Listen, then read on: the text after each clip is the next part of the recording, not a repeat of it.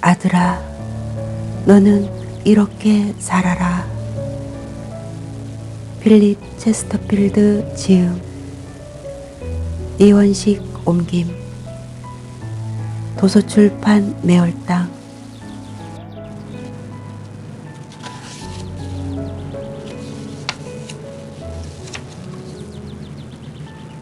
내게 힘든 일이 있을 때마다 내가 보낸 편지에 부디 진지하게 귀를 기울여 주기 바란다. 그것은 나의 오랜 경험의 산물이자 스스로 겪으면서 체득한 소중한 지혜의 결집이다.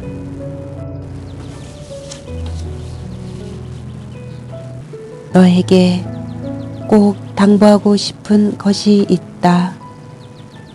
시간의 소중함과 그것의 활용 방법이다. 그러나 이 진리를 제대로 실천하는 사람은 사실 의외로 많지 않다. 누구나 말로는 시간은 돈이라고 하지만 제대로 시간을 활용하는 사람은 그다지 많지 않다.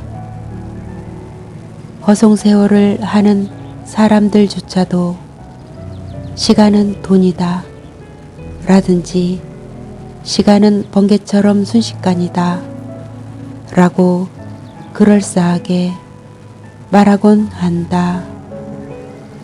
사실 시간에 대한 명언은 너무나 많기 때문에 그 중에서 한두 가지를 골라 그럴듯하게 말하기란 쉬운 일이다.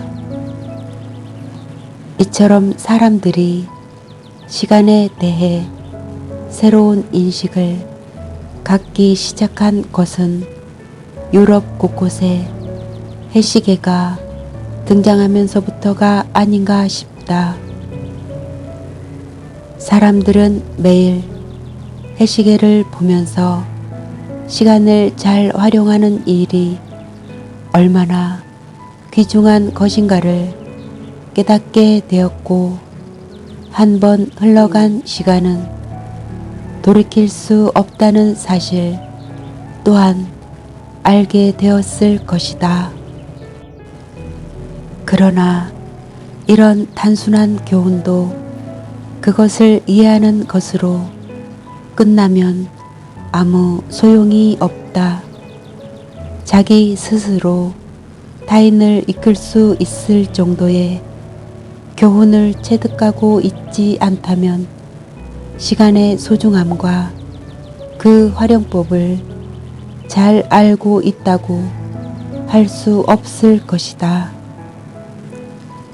내가 판단하건대 너는 시간의 활용법을 잘 알고 있는 것 같아 다행이다.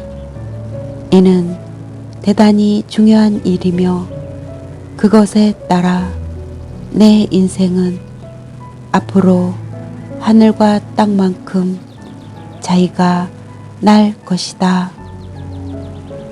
어쨌든 시간에 대해서 더 이상 긴 말은 하지 않겠다.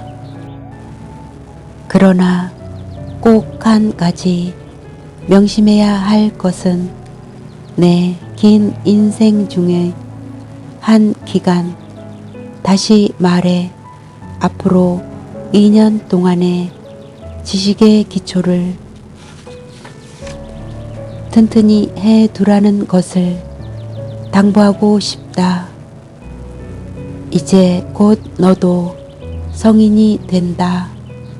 그 이후의 인생이 내가 마음먹은 대로 되기란 결코 쉬운 일이 아닐 것이다. 무릇 지식이란 성인이 되었을 때 삶의 안식처이자 피난처가 될 것이다. 나는 정년퇴직을 한 후에도 책과 벗하며 살고 싶다. 지금 내가 그 어떤 방해도 없이 독서의 즐거움에 빠져들 수 있는 것도 뒤돌아보면 내 나이 때 열심히 공부한 덕택이라고 생각한다.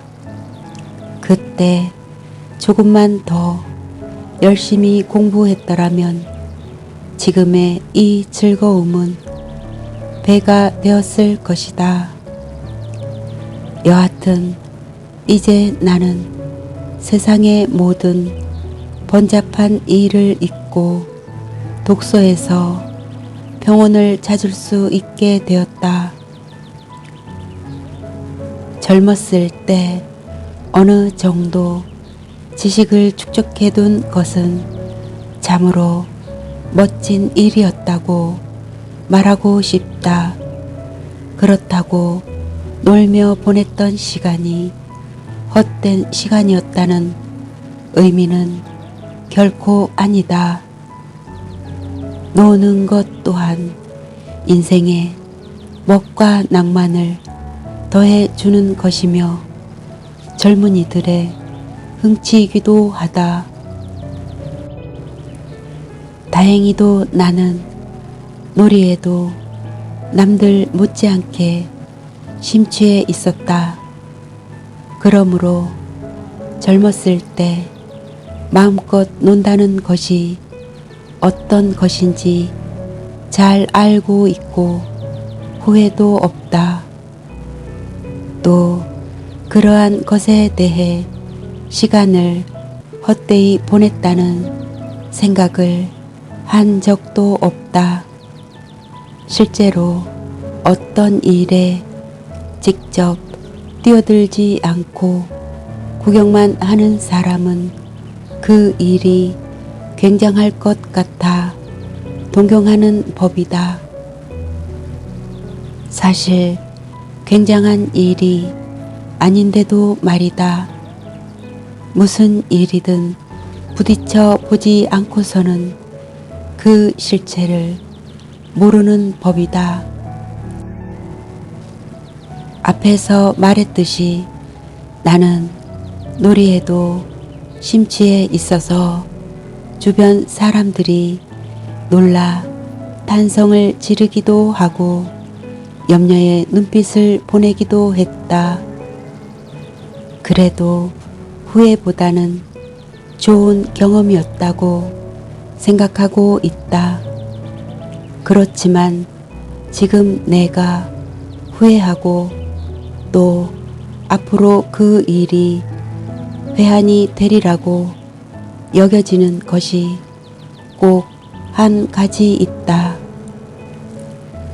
그것은 젊었을 때 그 어떤 의미도 둘 수 없는 일로 나태하게 허비해 버린 시간이다.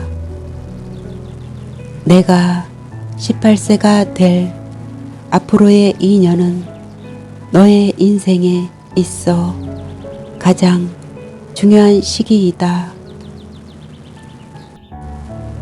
아버지로서 또 인생 선배로서 너에게 이 시기를 부디 보람있게 보내라고 당부하고 싶다.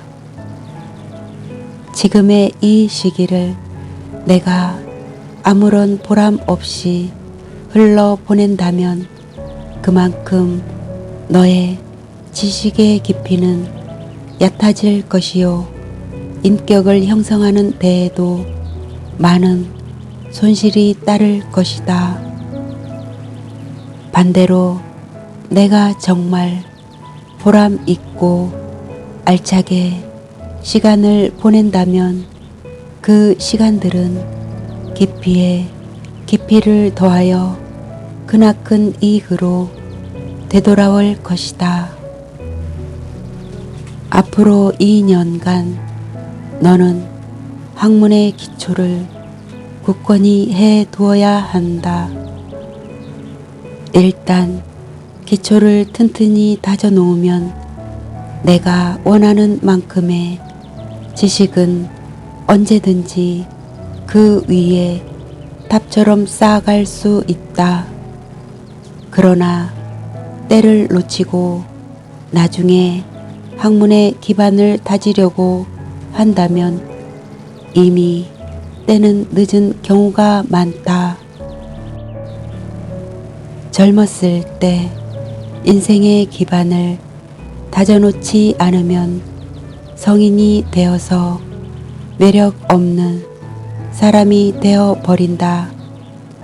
그러므로 내 인생에 있어 지금의 이 시기야말로 유일한 면학의 시기이고 또 아무런 장애 없이 마음껏 지식을 습득할 수 있는 때이다. 사실 나도 책상 앞에 앉아 있는 것이 고역일 때가 많았다. 그럴 땐 인생에 있어서 누구나 한 번은 거쳐야 하는 관문이다.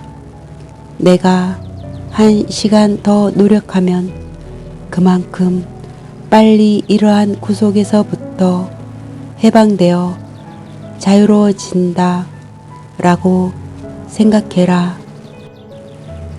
모든 것은 지나갈 것이고 그것은 나중에 소중한 자산이 된다. 얼마나 빨리 자유를 쟁취하느냐는 오로지 시간을 어떻게 활용하는가에 달려 있다.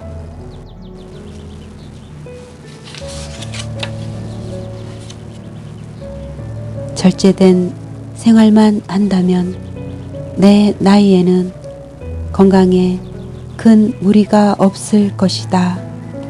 하지만 두뇌는 그렇지 않다. 특히 내 나이에는 평상시에 절제된 마음가짐, 가끔씩 두뇌 휴식을 위한 물리적 운동까지 포함해서 이 필요하다. 현재 이 몇 분 동안을 어떻게 활용하느냐에 따라 그것은 내 장래의 두뇌 활동에 아주 커다란 영향을 미친다. 또한 건강하고 영민한 두뇌를 유지하기 위해서는 많은 훈련이 필요하다. 물론 어떤 사람은 노력하지 않고도 천재라고 인정을 받는 경우도 있다. 하지만 그런 경우는 극히 드물기 때문에 그것을 기대하는 일은 감나무 아래 누워 감이 떨어지길 바라는 것과 같다. 만약 그러한 천재가 자신의 두뇌에다 노력까지 더한다면 보다 더 명석해질 것은 말할 필요도 없을 것이다. 그러므로 내가 너에게 부탁하고 싶은 것은 더 늦기 전에 지식을 함양하는 데 노력을 기울이라는 것이다. 그렇게 하지 않으면 너는 출세는 고사하고 평범한 사람이 되기도 힘들 것이다. 한번 너의 입장을 생각해 봐라. 너에게는 출세의 밑거름이 될 지위나 재산도 없지 않느냐? 내가 세상으로 나아갈 즈음이면 나는 이미 은퇴한 뒤일 것이다. 그러니 나의 힘을 기대해서도 안 된다. 너의 자력만이 유일한 성공의 길이 될 것이며 또 그렇게 되어야 한다. 나는 가끔 사람들이 자기는 뛰어난 인재인데 인정을 받지 못하고 또 그에 대한 적절한 보상도 받지 못한다는 푸념을 듣는다. 또한 책을 통해서 그러한 이야기는 흔하게 접할 수 있다. 하지만 내 식견으로는 그런 일은 있지도 않고 있을 수도 없는 일이라고 일침을 가하고 싶다. 훌륭한 사람은 어떠한 역경에도 굴하지 않고 반드시 성공한다는 것이 내가 믿는 유일한 신념이다.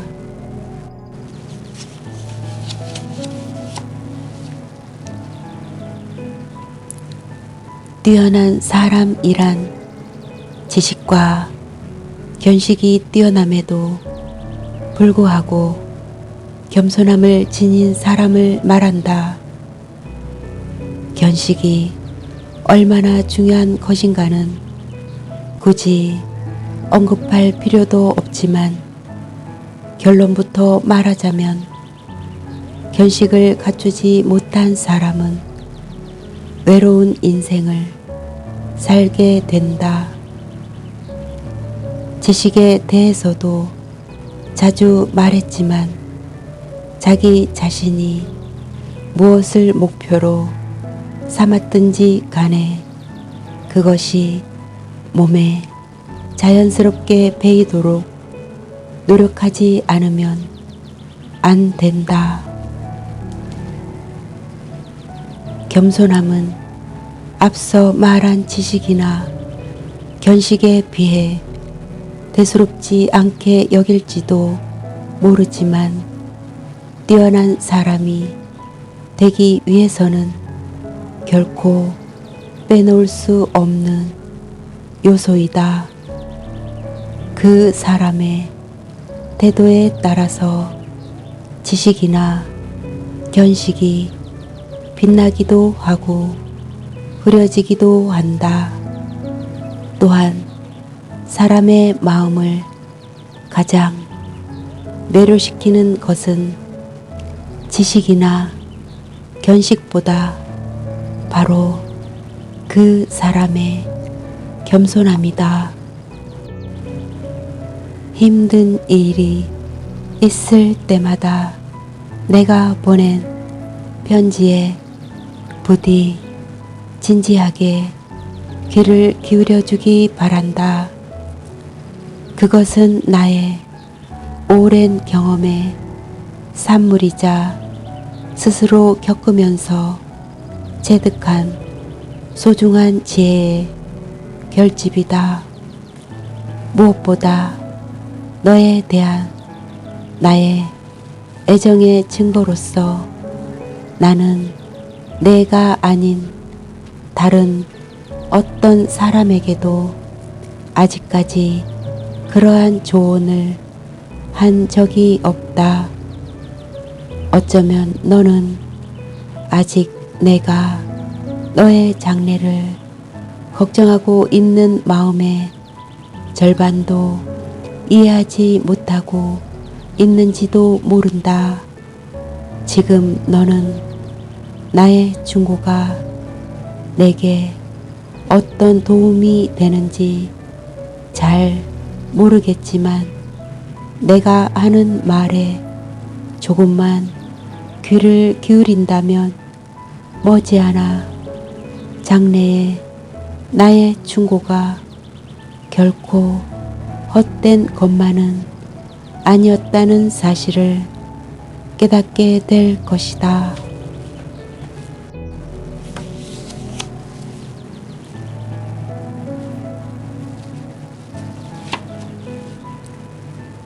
나태함에 대해서 너에게 하고 싶은 말이 있다.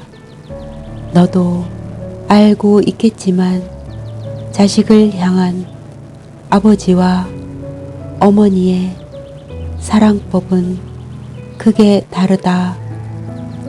나는 내 자식의 결점을 절대로 그냥 지나치지 않는다.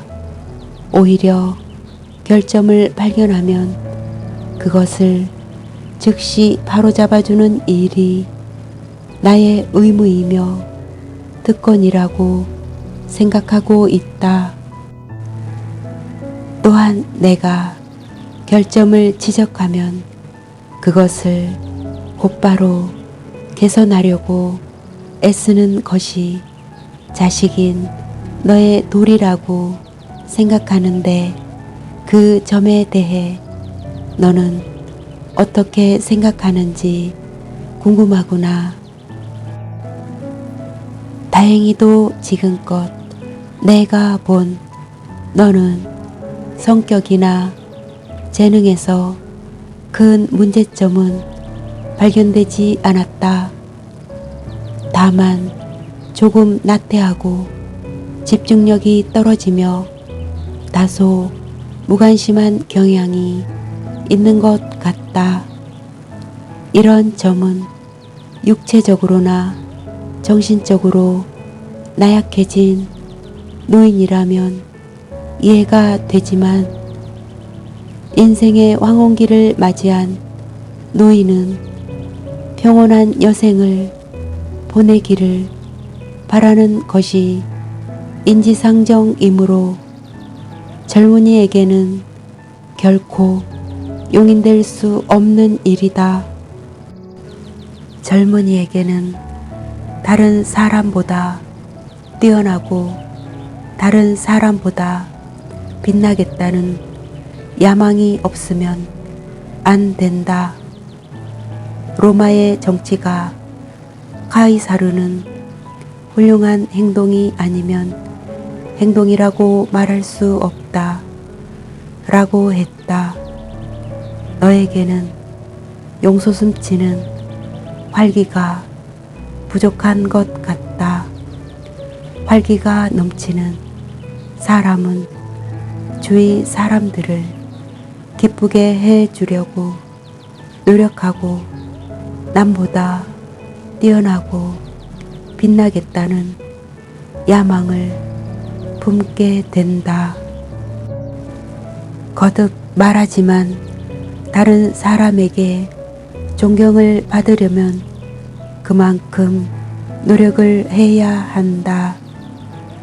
그렇지 않으면 결코 존경받는 사람이 될 수 없다. 이것은 남을 기쁘게 하려는 마음의 배려가 없으면 절대로 남을 기쁘게 할 수 없다는 사실과 같다.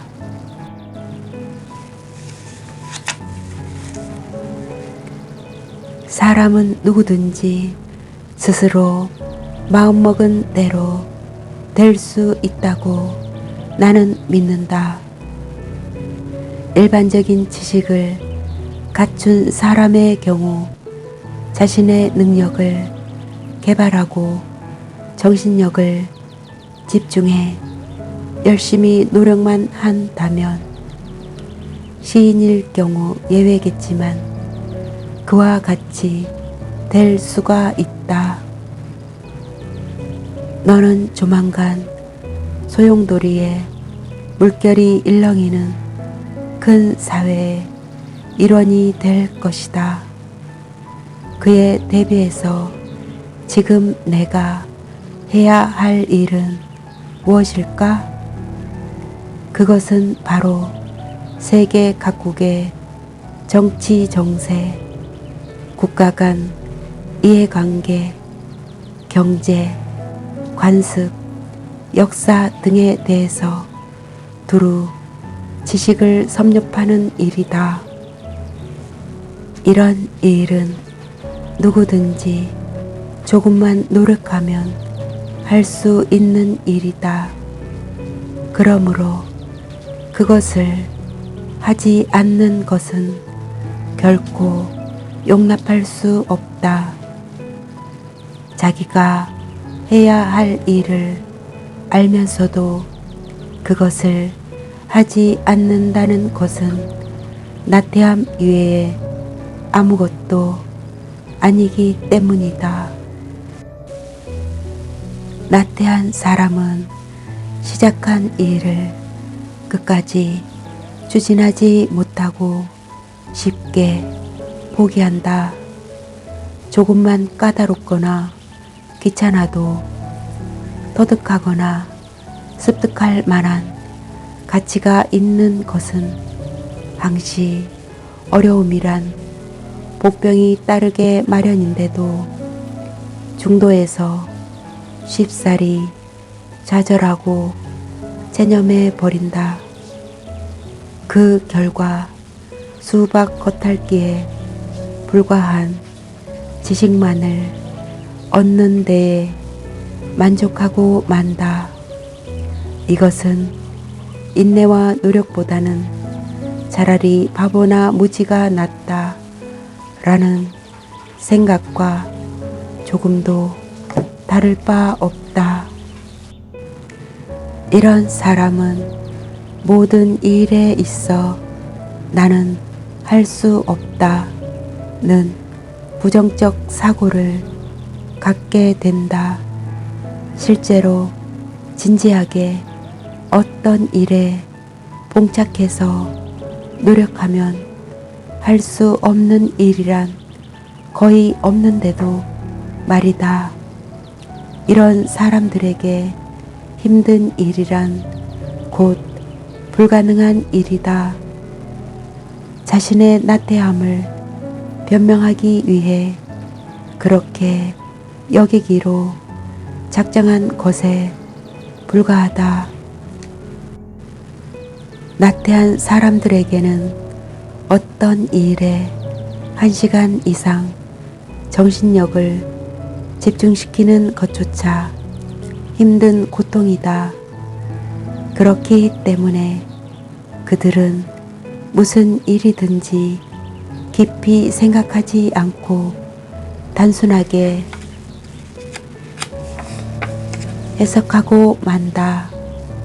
이런 사람은 통찰력과 집중력을 겸한 사람과 대화를 하면 쉽사리 자신의 무지와 나태함이 들통나서 결국 횡설수설하고 만다. 그러므로 처음에 힘들거나 어려운 일에 봉착하더라도 쉽사리 좌절하거나 포기해서는 안 된다. 오히려 한층 더 분발하여 훌륭한 사회의 일원으로서 누구나 알고 있어야 할 지식을 터득해야겠다는 결의를 더욱 굳게 다져야 한다. 우리가 배우는 지식 중에는 전문 직업에 종사하는 사람에게만 필요하고 그 밖에 다른 사람에게는 불필요한 것도 있다. 예를 들어 항해학 같은 전문 지식은 그 분야를 공부하는 사람 외에는 평상시 대화에서 적당히 받아넘길 수 있는 기본 상식만으로 충분할 것이다. 하지만 대부분의 사람들이 알고 있는 분야는 상세하게 알아두어야 한다. 어학, 지리, 역사, 철학, 수사학, 논리학 등이 그것이다. 이 광범위한 지식을 자신의 것으로 소화하기란 그리 쉬운 일이 아니다. 거기에는 많은 노력이 따라야 한다. 그러나 하나하나 꾸준히 공부해 나가다 보면 그다지 불가능한 일도 아니다. 또한 그러한 노력은 너의 장래를 한층 빛나게 만들 것이다. 거듭 당부하지만 너는 무지한 사람들이 흔히 말하는 나는 할 수 없다 라는 말을 쓰지 않기 바라며 또한 그러지 않으리라 믿는다. 육체적으로든 정신적으로든 할 수 없는 일이란 없다. 한 가지 일에 오랫동안 집중할 수 없다라고 말하는 것은 결국 나는 바보입니다. 혹은 나는 게으름뱅이입니다. 라고 말하는 것과 다를 바 없다. 다른 사람들이 해낼 수 있는 일을 나는 할 수 없다라고 생각하는 것은 정말 어리석고 부끄러운 일이 아닐까?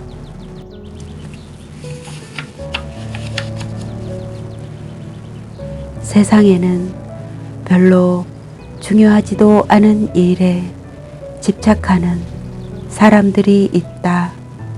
그들은 정말 무엇이 중요하고 무엇이 중요하지 않은지 구분할 줄 모르기 때문이다.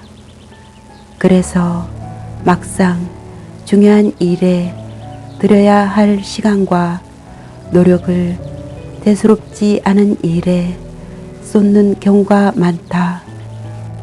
이런 사람들은 다른 사람과의 대화에서도 상대방의 옷차림에만 신경을 쓰느라 정작 상대방의 인격은 보지 못한다. 연극을 관람하면서도 연극의 내용보다는 무대 장식에 더 깊은 관심을 둔다. 이렇게 되면 발전이란 없다. 이와는 반대로 대수롭지 않은 일이라 해도 다른 사람에게 호감을 받고 즐거움을 줄 수 있는 것이 있다. 훌륭한 사람이 되기 위해서 지식과 견식을 넓히고 예의 바른 태도를 몸에 익히기 위해 노력하듯이 사소한 일에도 관심을 기울이고 그것이 몸에 배도록 노력해야 한다. 조금이라도 가치가 있는 일이라면 그것을 소홀히 여기지 말고 그 일에 관심과 애정을 가지라고 내게 당부하고 싶다. 예를 들어 춤이나 옷차림 같은 일상의 사소한 것까지도 말이다. 춤은 젊은이들에게 꼭 필요한 것이다. 그러므로 춤을 배울 때는 아무렇게나 배우기보다는 격식과 예의를 갖추고 제대로 배우길 바란다. 옷차림도 마찬가지이다. 사람은 누구나 옷을 입는다. 그러니 언제나 단정하고 깨끗한 옷차림이 되도록 신경 써야 하는 것이 당연하지 않을까?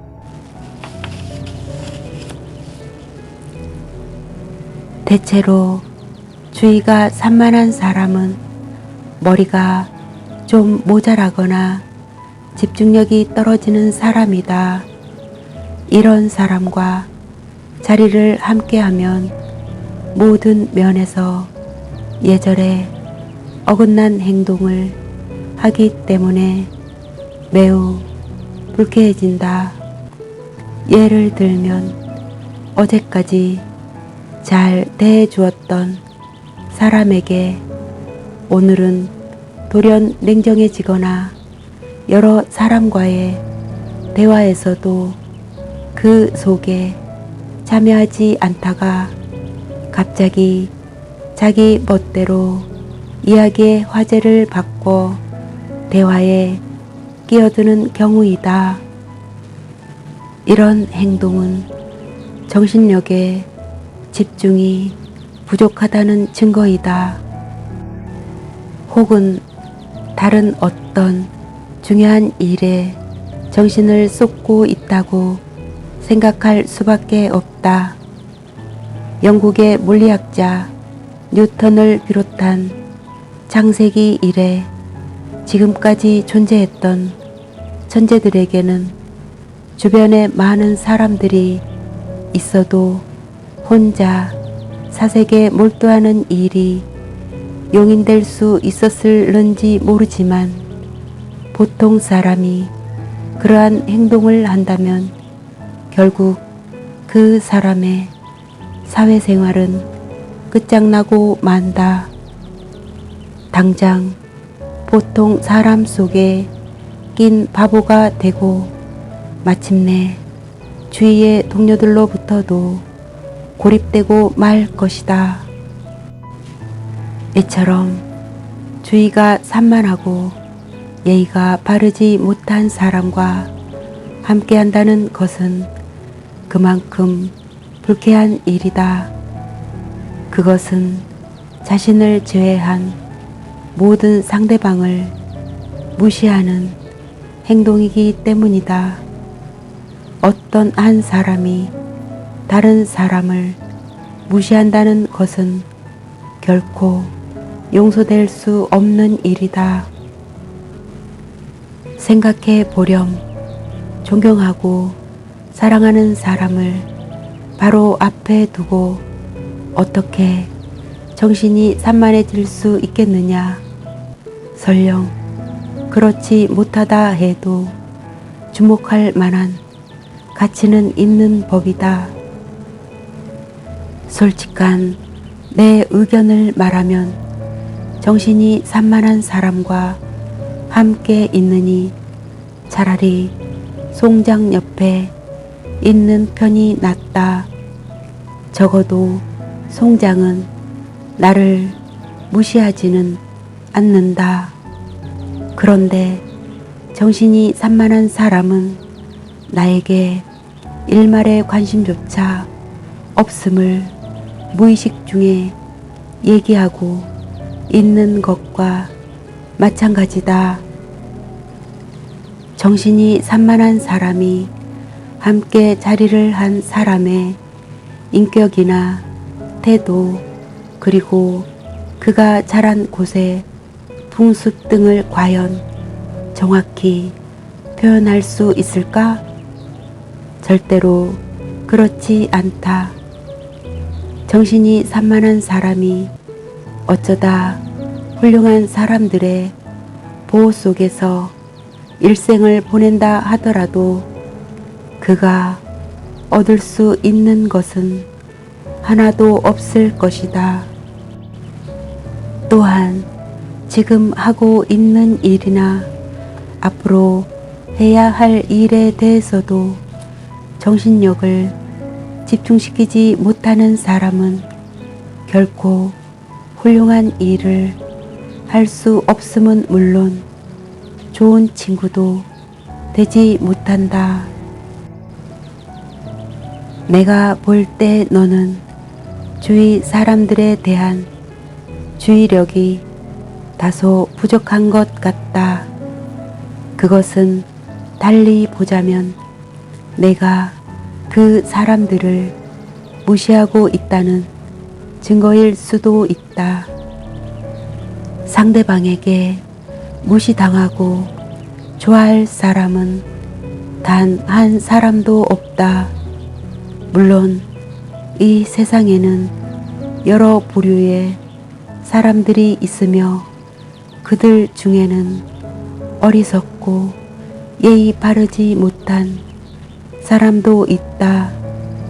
나는 그러한 사람을 존경하라고 강요하지는 않지만 그렇다고 그들을 무시해서도 안 된다. 만약 대놓고 그들을 무시한다면 너를 지지하는 한 사람을 잃게 되므로 그만큼 내 인생에 타격을 받게 된다. 물론 어떤 부류의 사람을 싫어하는 것은 자유겠지만 그런 마음을 상대방에게 표출시킬 필요까지는 없다. 그것은 비굴한 행동이 아니라 오히려 현명한 태도라고 나는 생각한다. 어리석고 예의 바르지 못한 사람일지라도 살다 보면 언제 어느 때에 내게 힘이 되어 줄지 아무도 단정할 수 없기 때문이다. 만약 그런 일이 일어날 경우 내가 단 한 번이라도 그를 대놓고 무시한 적이 있다면 그는 너를 도와주지 않을 것이다.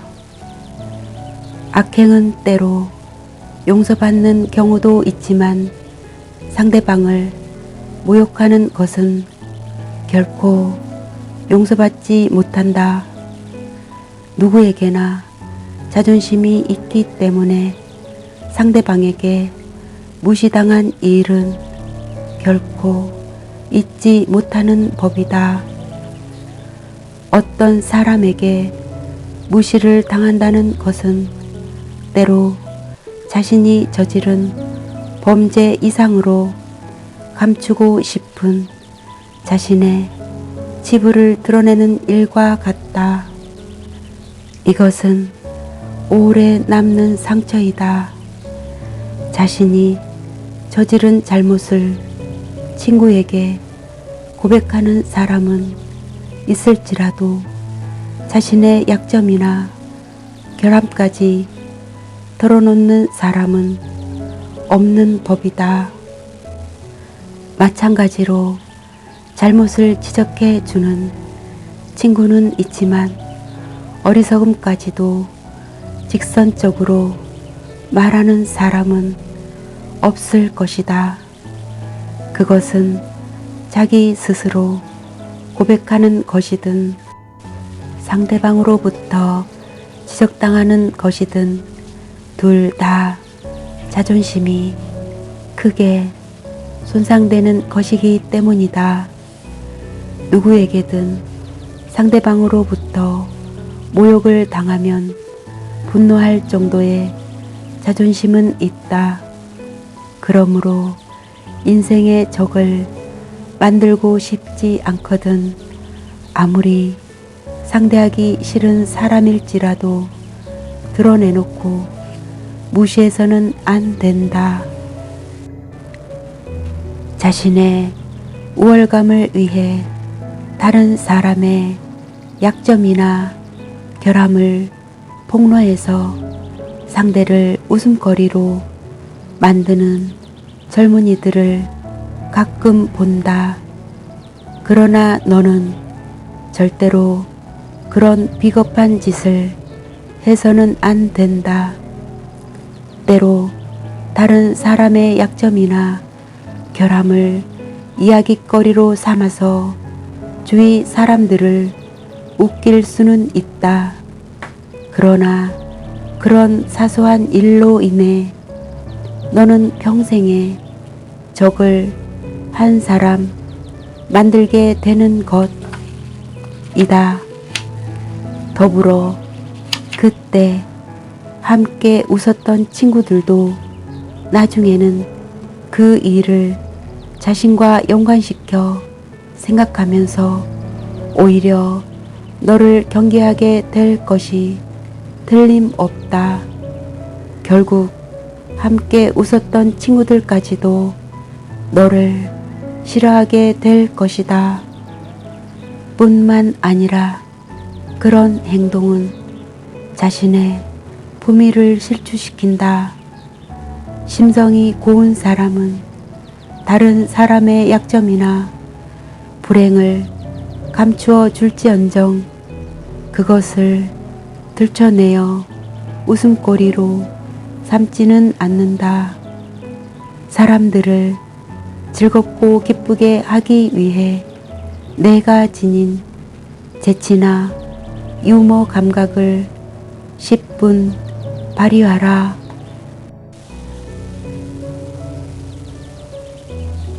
내가 보낸 편지 잘 받아보았다. 로마 가톨릭 교회에 대해서 내가 지어낸 이야기를 듣고 그 이야기에 맹신하는 신도들을 보고 놀란 너의 기분은 충분히 이해하겠다. 그러나 비록 잘못된 생각이라 해도 상대가 진실하게 믿고 있다면 결코 그 믿음을 비웃거나 힐난해서는 안 된다. 물론 사물에 대한 분별력이 흐려져 그 실체를 바로 보지 못하는 사람은 불쌍하다. 그는 웃음거리가 될 만한 행동을 했거나 힐난 받을 만한 일을 저질러서 그렇게 된 것은 아니다. 그러므로 그러한 사람을 대할 때는 친절한 마음과 대화를 통해 올바른 길로 인도해야 한다는 마음가짐이 중요하다. 누구든지 자신의 생각에 따라 행동하는 법이므로 그러한 주제의식을 가져야만 한다. 다른 사람의 생각을 무시하고 무조건 자신에게 맞추려는 사람은 상대방의 체형과 체질 또한 자기와 같아야 한다고 억지를 부리는 교만한 사람이다. 인간은 저마다의 삶에 모두 긍정적인 의미를 부여하며 살아가고 있다. 그러므로 진실로 어떤 삶이 옳고 그른가는 오로지 창조주만이 평가할 문제이다. 자신의 생각과 다르다는 이유로 남의 의견을 무시하거나 자신이 숭배하는 종교와 다르다고 해서 덮어놓고 이교도 취급을 하며 핍박하는 사람은 무지한 사람이다. 인간은 누구나 자신의 생각에 따라 행동하고 자신의 믿음에 따라 그 길을 갈 수밖에 없는 생명체이다. 책망받을 만한 이는 오히려 거짓말을 유포시키고 이야기를 꾸며낸 사람이지 그것을 믿고 따르는 사람이 아니라는 사실을 알아야 한다. 세상에서 제일 비겁하고 어리석은 사람은 거짓말을 하는 사람이다. 거짓말은 비겁한 마음과 타인을 적대시하는 마음에서 생겨나는데 거짓말로 목적을 이루는 예는 극히 드물다. 제 아무리 감쪽같이 남을 속였다 할지라도 거짓말은 얼마 가지 않아 달로 나게 마련이다. 예를 들어 남의 행복이나 덕망을 질투한 나머지 거짓말을 해서 얼마 동안은 그 사람에게 상처를 입힐 수는 있지만 결국 고통에 시달리는 사람은 상대가 아닌 거짓말을 유포한 자신이다. 어떠한 경우에도 진실은 밝혀지기 마련이다. 더욱이 거짓말을 한 사람이 다음에 진실을 말해도 믿는 사람이 없게 될 뿐 아니라 진실마저도 거짓과 중상으로 간주된다. 이것은 인생에서 커다란 손실이 아닐 수 없다. 또 자신이 언행에 대하여 변명을 늘어놓는다면 얼마 안가 그 사람은 명예가 실추되고 창피를 당하게 될 것이다. 변명은 거짓말과 다를 바 없기에 그러한 사람은 남들로부터 가장 저급하고 비열한 인간으로 취급받아 마땅한 것이다. 만일 어쩔 수 없이 그러한 잘못을 범했을 경우에는 그것을 변명하기보다는 정직하게 자신의 잘못을 시인하고 용서를 구하는 것이 최선의 방법이다. 자신의 잘못을 숨기려고 변명이나 거짓말로 얼버무리는 사람은 결코 성공하지 못한다. 자신의 양심이나 명예에 상처를 입지 않고 이 세상을 당당하게 살아가고 싶거든 변명이나 거짓 없이 떳떳하게 행동해야 한다. 이 교훈은 내가 이 세상을 다할 때까지 내 마음속에 깊이 새겨두기 바란다. 그렇게 사는 것이 인간의 도리이다. 다시 한 번 말하지만 어리석은 사람일수록 거짓말에 능숙한 법이다. 나는 그 사람이 하는 거짓말에 따라 그의 지능 지수를 판단하곤 한다. 인간의 사회적 성격과 그 태도에 관해서 말하고자 한다. 이것은 어느 정도 나이가 들어서도 다시 생각해 볼 만한 가치 있는 문제이다. 특히 너와 같은 젊은이들에겐 터득하기 힘든 지식이기도 하다. 나는 이러한 삶의 지혜를 젊은이들에게 가르쳐 주는 사람이 별로 없음을 안타깝게 여기고 있다. 모두들 자기가 해야 할 일이 아니라고 여기고 있는 탓일까?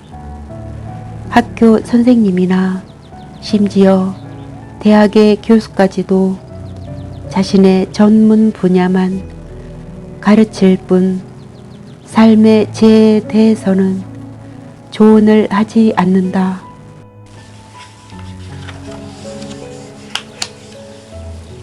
그것은 우리들 부모도 마찬가지이다. 가르칠 능력이 없거나 아니면 바쁜 생활 탓인지는 몰라도 자식들에게 삶의 지혜를 일깨워 주는 부모는 그리 많지 않다. 어떤 부모들은 사회에 그대로 부딪히는 것이 자식에게 가장 큰 공부라고 말한다. 어떤 의미에서는 이 말이 옳을 수도 있다. 세상은 이론만으로는 설명할 수 없는 실제로 사회 경험을 통해서만 터득할 수 있는 부분도 있기 때문이다. 그러나 그러한 사회 경험이 없는 젊은이가 삶의 미로에 발을 내딛기 전에 먼저 그 길을 걸었던 경험자가 그 약도를 대강이나마 그려준다면 얼마나 커다란 도움이 될까? 아무리 훌륭한 사람이라도 타인으로부터 존경을 받기 위해서는 반드시 어떤 위험이 있어야 한다.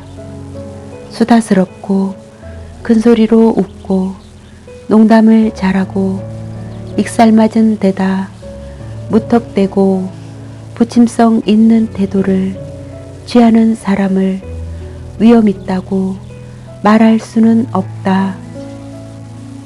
이런 사람은 아무리 지식이 풍부한 인격자라 할지라도 존경받기 힘들 뿐 아니라 업신여김을 받는다. 쾌활한 성격은 좋지만 그런 사람이 타인의 존경을 받은 예는 일찍이 없었다. 무턱대고 부침성 있는 태도 또한 주위 사람들로부터 아첨꾼이나 꼭두각시라는 빈잔을 듣기 쉽다. 자기보다 지위나 신분이 낮은 사람에게 부침성 있는 행동을 하면 상대방은 그것을 오해하여 맘먹으려 하여 아주 곤란해진다. 농담 또한 마찬가지다. 언제나 농담만 하는 사람은 어릿광대와 조금도 다를 바 없으며 그것은 다른 사람들이 생각하는 재치와는 근본적으로 다르다. 결국 자기 자신의 고요한 성격이나 태도가 아닌 다른 면으로 다른 사람과 친구가 되었다거나 주목을 받게 된 사람은 절대로 존경을 받지 못하며 오히려 이용만 당할 뿐이다. 만약 내가 누군가로부터 저 사람은 노래도 잘하고 춤도 잘 추며 게다가 농담도 재미있게 잘하니까 우리 모임에 들이자 라고 하는 소리를 들었다고 하자. 이런 말을 들었다고 해서 좋아하면 안 된다. 오히려 비방을 받은 것처럼 불쾌하게 여겨야 한다. 그들은 너를 바보 취급하고 있는 것이며 최소한의 너에 대한 정당한 평가나 존경조차도 하지 않는다는 뜻이기 때문이다. 어느 한 가지만을 잘한다는 이유로 어떤 모임에 선택되는 사람은 자신이 지니고 있는 장기 이외에는 그 존재 가치가 없다.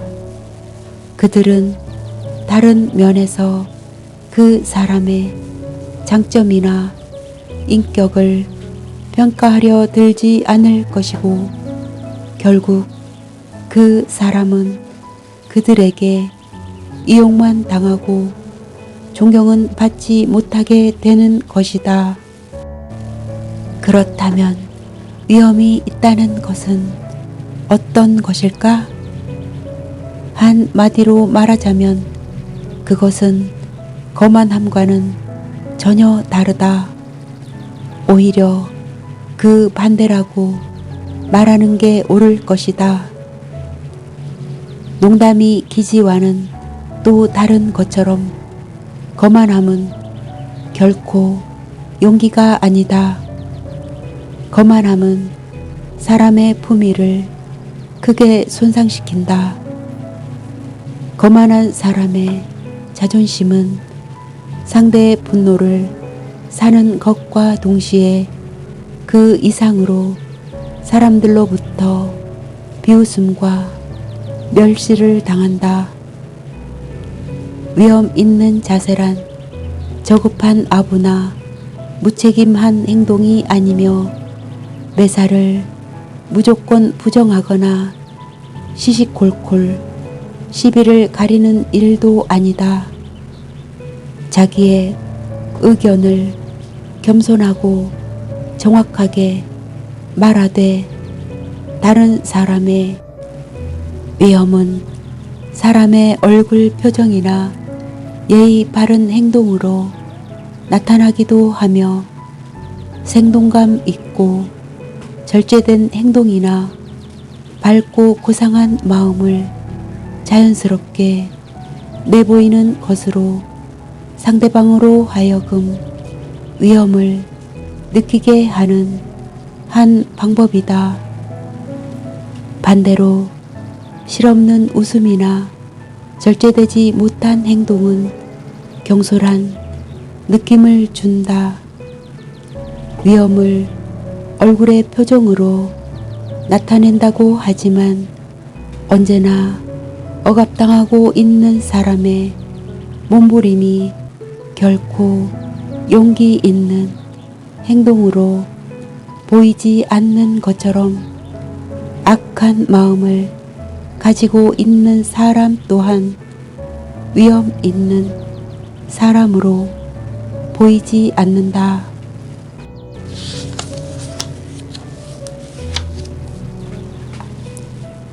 돈이나 재물을 지혜롭게 사용하는 사람은 그리 많지 않다.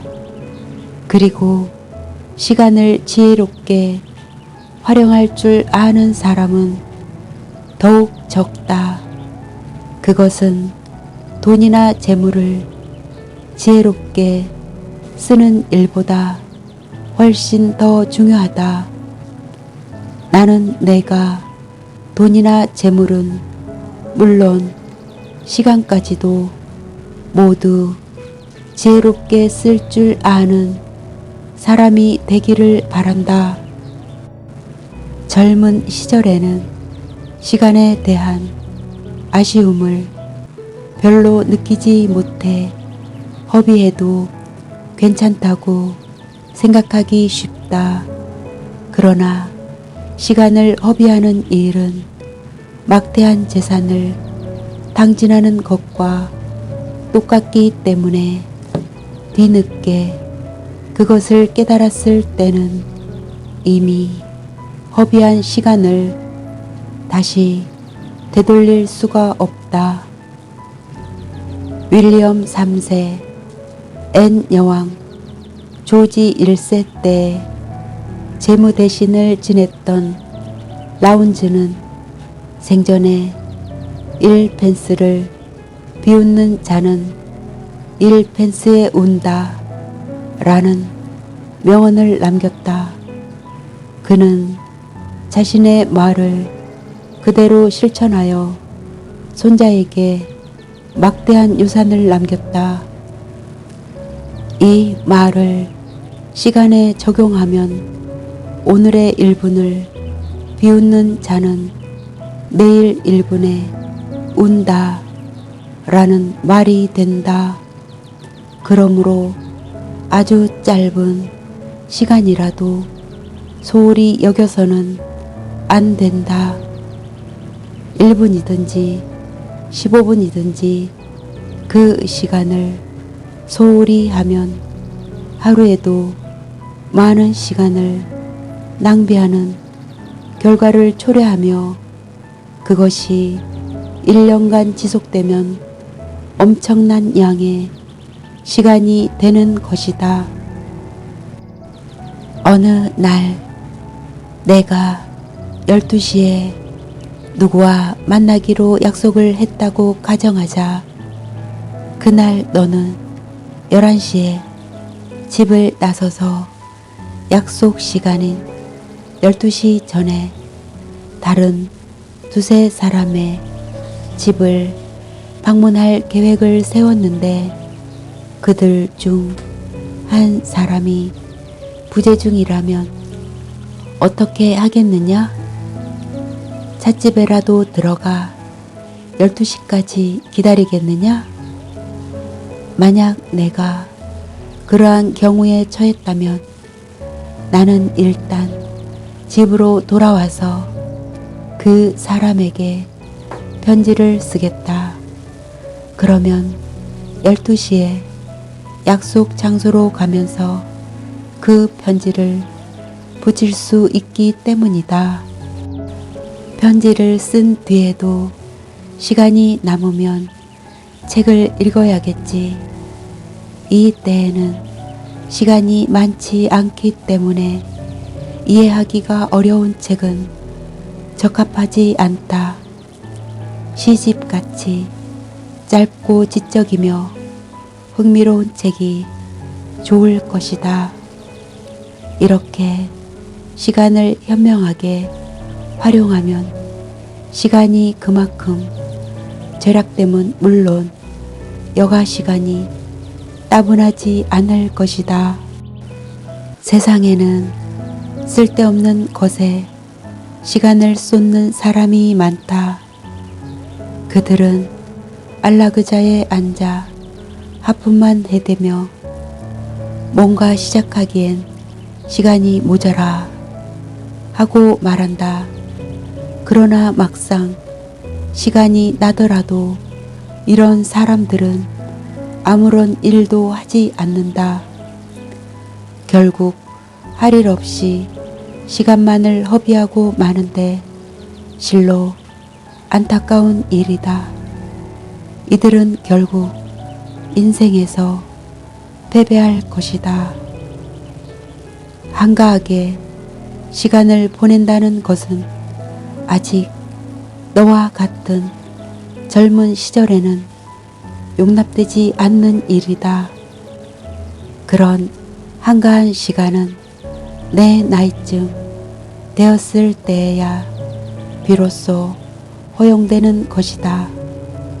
너는 이제 겨우 사회에 첫 발을 내디디려 하고 있을 뿐이다.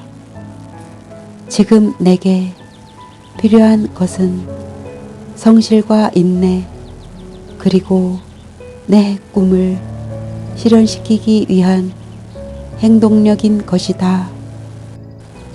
앞으로의 몇 년이 내 인생에 얼마나 큰 의미를 지니고 있는가를 내 스스로 심사숙고하기 바란다. 그렇다면 단 한순간도 소홀히 할 수 없다는 점을 깨닫게 될 것이다. 그렇다고 해서 내가 너에게 온종일 책상에만 매달려 있으라고 말하거나 그렇게 해 주었으면 하고 생각하는 것은 절대 아니다. 다만 무엇인가 공부든 놀이든 간에 를 하고 있다는 사실이 중요하다는 뜻이다. 비록 짧은 순간일지라도 아무것도 하지 않고 보낸다면 그 짧은 시간이 모였을 땐 상당한 손실을 가져올 것이다. 예를 들어 하루의 일과 중 공부하는 시간과 노는 시간 사이에 약간의 공백이 있을 때 하품이나 하고 잊지 말고 독서를 하라는 것이다. 비록 콩트집이나 내용이 가벼운 책이라도 읽으면 시간을 그냥 허비하는 것보다는 훨씬 유익하다.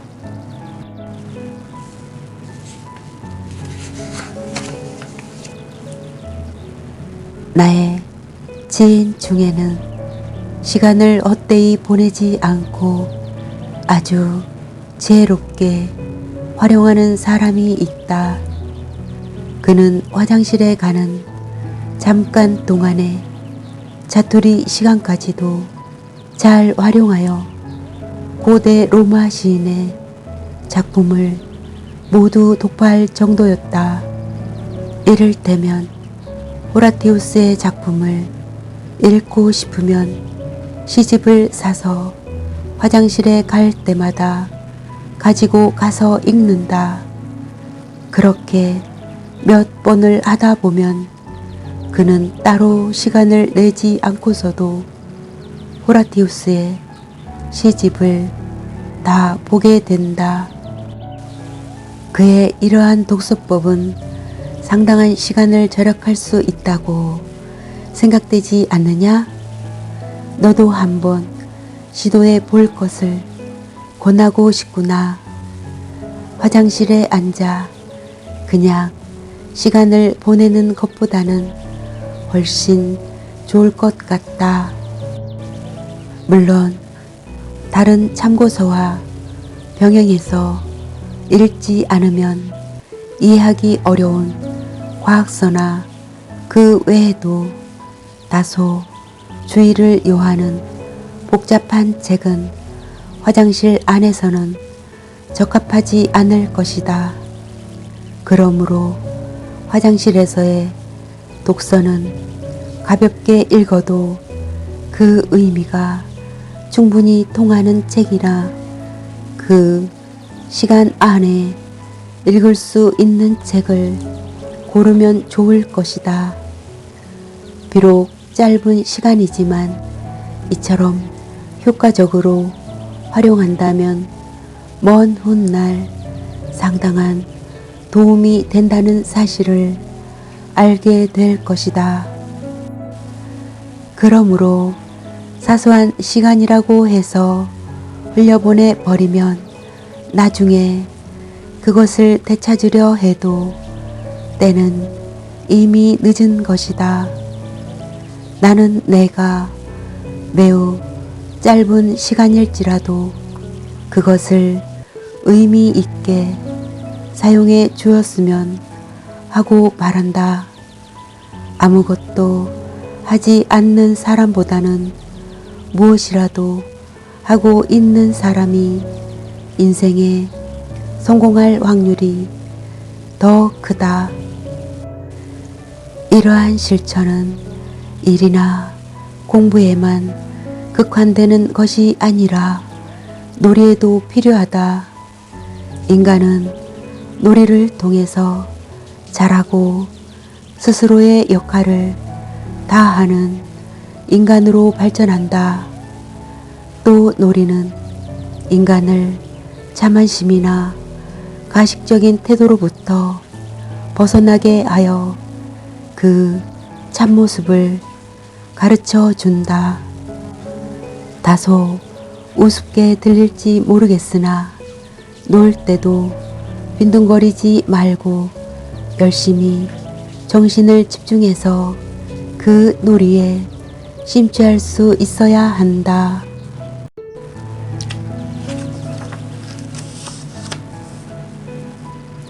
나는 어떤 사업이나 일에 있어 일반적으로 사람들이 생각하는 것처럼 남다른 능력이나 특수한 재능이 필요하다고 생각하지 않는다. 일의 체계와 성실함 그리고 분별력만 제대로 갖춘다면 재능만 있고 체계가 없는 사람보다 훨씬 일을 잘 처리해 나갈 수 있다고 믿는다. 그러니 너도 빨리 모든 일에 체계를 세워 추진해 나가는 습관을 길러야 한다. 그것이야말로 일을 빠르고 능률적으로 완성시키는 비결이다. 글을 쓰거나 책을 읽거나 또는 시간표를 짜는 일 등 모든 일에 순서를 정해라. 그러면 내가 상상하는 것 이상으로 시간이 절약되고 능률이 향상되는 것을 경험할 것이다. 말버러 공작은 단 1초의 시간도 함부로 허비하지 않았기 때문에 남들과 똑같이 주어진 1시간 동안에 다른 사람의 몇 배나 되는 일을 할 수 있었다. 그와 반대로 영국의 장군이었던 뉴캐슬 공작은 모든 일에 질서와 체계가 없었기 때문에 패전의 고배를 마신 뒤 쓸쓸히 망명의 길을 떠나야만 했던 것이다.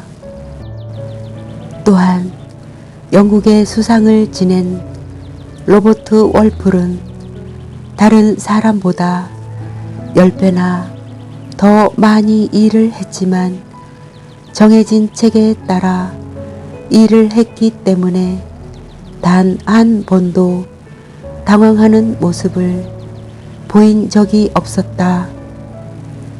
아무리 재능이 출중한 인물이라 해도 체계 없이 일을 하면 머릿속이 혼란해져 도중에 포기하고 만다. 내가 볼 때 너는 조금 게으른 편이다.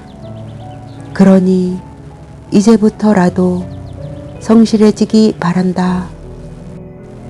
자기 자신을 잘 조절해서 우선 2주일 정도라도 좋으니 일하는 방법과 체계를 세울 것을 권한다. 그렇게 하다 보면 체계를 미리 세워놓고 하는 일이 얼마나 편리하고 능률적인가를 알게 될 것이다. 그것이 몸에 익으면 그 다음부터는 일의 체계를 세우지 않고는 아무런 일도 할 수 없게 될 것이다.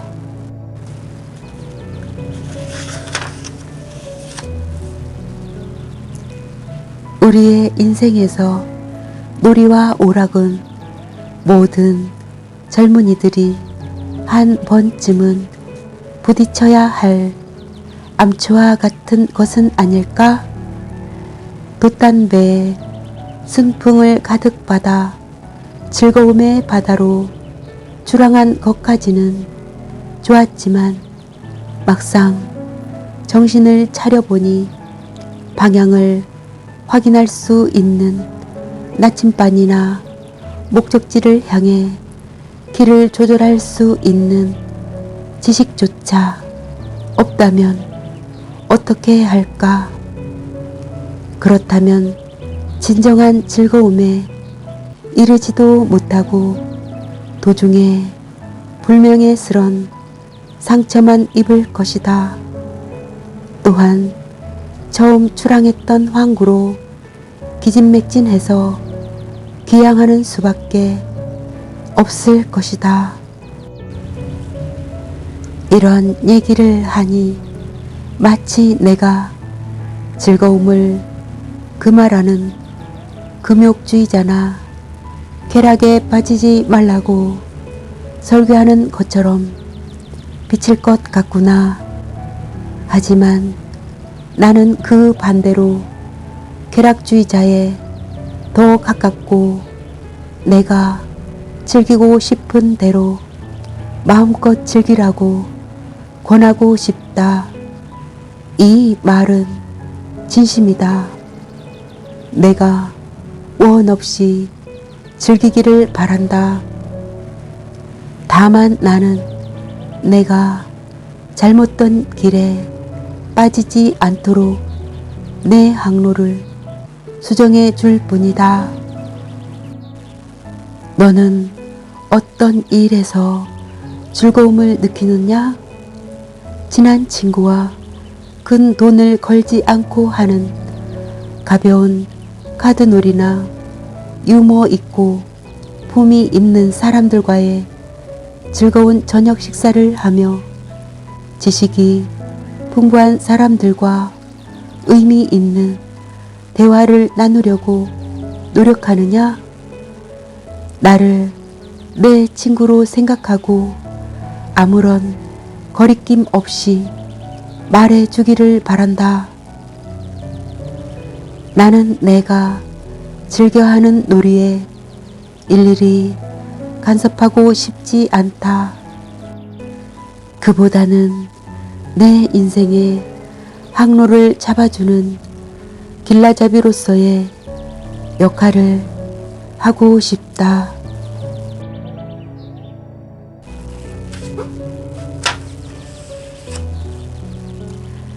대부분의 젊은이들은 자칫 잘못하면 자신의 의지와 상관없이 형식적으로 놀이를 선택하기가 쉽다. 극단적인 경우에는 방종이 곧 놀이라고 착각하는 사람도 있다. 어쩌면 너도 그렇게 생각하는 것은 아니냐? 예를 들어 술은 정신을 몽롱하게 만들고 건강을 해치는 것인데 음주를 좋은 놀이라고 생각하고 있는 것은 아니냐? 또 도박이나 지나치게 여색에 탐닉하는 것도 일종의 놀이라고 잘못 생각하고 있는 것은 아니냐? 너도 알고 있겠지만 내가 지금 얘기한 것들은 정말이지 모두 가치 없는 놀이일 뿐이다. 그런데 요즘은 그런 놀이에 너나 할 것 없이 빠져들고 있다. 문제는 그들이 깊이 생각하지도 않고 그저 다른 사람들이 그렇게 하니까 그대로 따라서 흉내를 내기 때문이다. 젊은 시절에는 재미있게 놀고 또 그러한 모습이 자연스러운 것은 부인할 수 없는 사실이다. 그러나 젊기 때문에 놀이를 잘못 선택하거나 놀이의 방향을 잘못 잡을 우려도 다분하다. 놀기 좋아하는 한량처럼 여겨지는 사람들이 젊은이들에게는 꽤 부러운 대상일지 모르나 과연 그들은 인생의 종착역을 알고나 있으면서 방종한 생활을 하는 것일까? 옛날에 한 젊은이가 멋진 한량이 되려고 프랑스의 희극 작가 몰리에르 원작의 몰락한 방탕아의 번역극을 보러 극장에 갔다.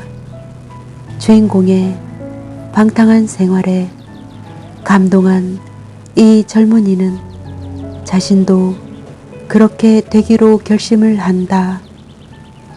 주위에서 보다 못한 친구들이 몰락한 은 떼어버리고 방탕아만으로 만족하라고 젊은이를 설득했다. 그러나 그는 큰 소리로 외쳤다고 한다. 싫어, 안 돼. 방탕아만으론 안 돼.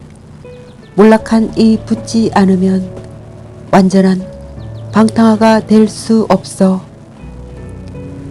우스갯소리로 흘려버릴지는 모르지만 우리 주변엔 생각이 없는 젊은이들이 의외로 많다. 그들은 형식에 얽매여 자신도 모르는 사이에 방탕의 늪에 빠져 헤어나오지도 못하고 마침내 몰락의 길을 걷게 되는 것이다.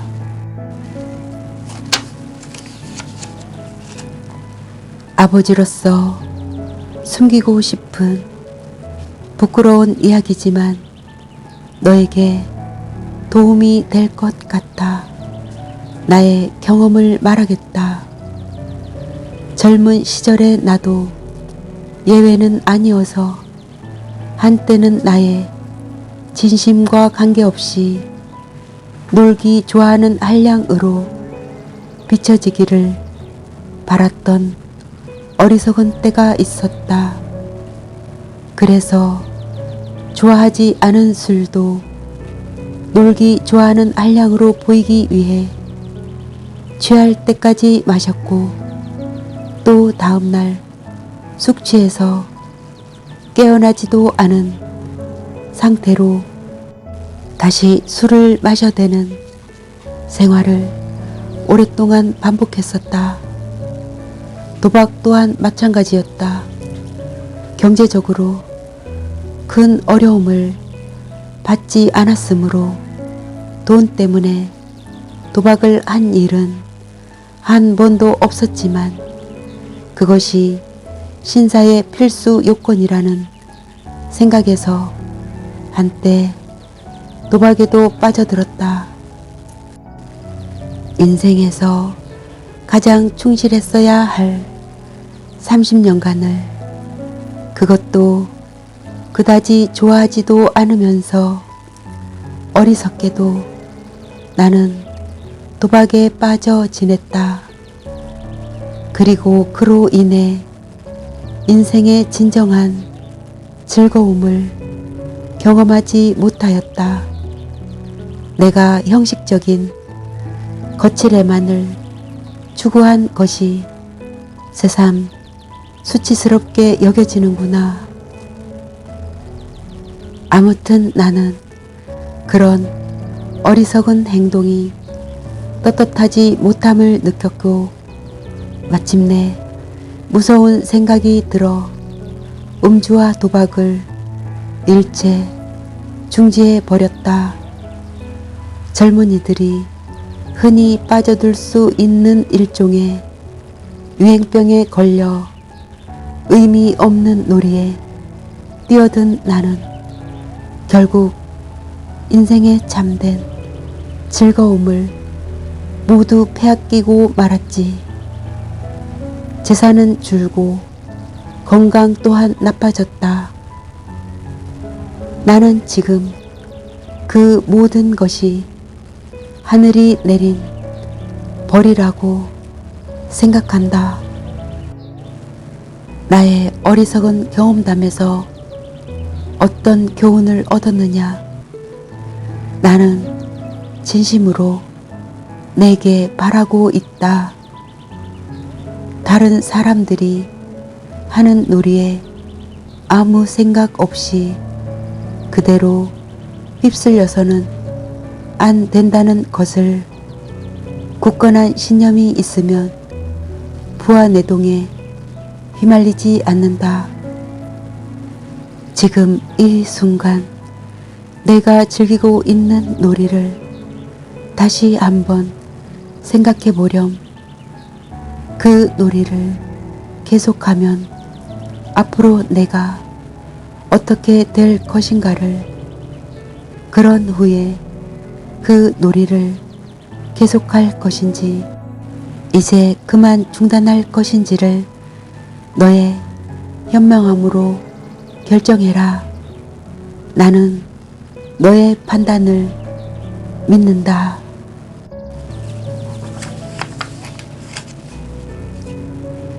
만약 지금 내가 내 나이라면 나는 어떤 일을 할까 생각해 보았다. 우선 거칠애로 즐겁게 보이는 놀이가 아닌 마음에서 우러나오는 즐거운 놀이만을 할 것이다. 그 중에는 물론 친구와 저녁 식사를 하거나 술을 마시는 일도 포함되겠지만, 결코 몸을 해치는 정도의 과음이나 과식은 하지 않을 것이다. 20대에는 타인의 눈치를 살피면서 살 필요가 없다. 자기 방식을 강요하거나 상대방을 비난하여 쓸데없는 미움을 살 필요도 없다. 상대방의 방식은 그대로 내버려 두면 된다. 그러나 자신의 건강에 있어서만은 철저하게 조절하고 관리해야 한다. 도박도 가볍게 즐기는 것이라면 무방하다. 많은 돈을 걸지 않고 여러 분야의 사람들을 만나는 장으로 적응해 나가는 것도 중요한 일이다. 다만 도박에 거는 돈은 이기든 지든 간에 생활에 지장을 초래하지 않는 범위 내에서 신중히 해야 한다. 도박으로 이성을 잃고 싸우는 일은 절대 금물이다. 되도록이면 많은 시간을 독서하는 데에 할애해라. 그리고 사려 깊고 교양 있는 사람과의 대화도 좋은 일이다.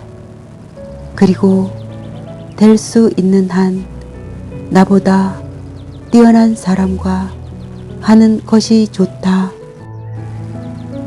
만약 내가 다시 내 나이로 되돌아가서 인생을 살 수만 있다면 앞에서 말한 참다운 놀이를 즐기고 싶다.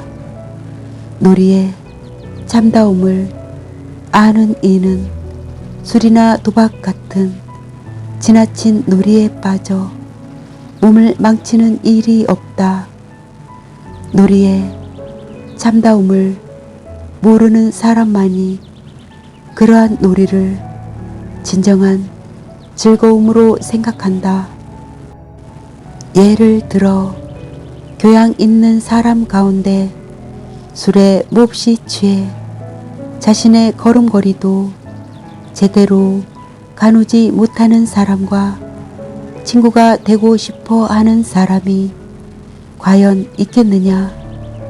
자신도 감당하지 못할 큰 돈을 건 도박에서 진 다음 상대방에게 입에 담기조차 어려운 욕설을 퍼붓는 사람을 다시 상대하고 싶은 사람이 어디 있겠느냐?